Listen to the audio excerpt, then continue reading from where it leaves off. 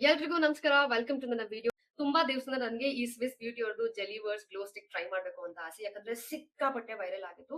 ನಾನೇ ಅನ್ಸುತ್ತೆ last try ಮಾಡ್ತಿರೋದು. So let's see how it performs. Shades ನೋಡಿ ಎಷ್ಟು ಪ್ರೀತಿ ಆಗಿದೆ. ಟೆಕ್ಸ್ಚರ್ ಕೂಡ ಅಷ್ಟೇ ಫುಲ್ ಜೆಲಿ ತರ ಇದೆ. ಎಲ್ಲಿ ಹೊಡೆದೋಗುತ್ತೆ ಅನ್ನೋ ಭಯ. So let's try guys. Just one swipe ಅಷ್ಟೇ. ಸ್ಪಾರ್ಕಲ್ ನೋಡಿ. Already I am in love with the shade. ಏನ್ ಸಕ್ಕತ್ತಾಗಿದೆ.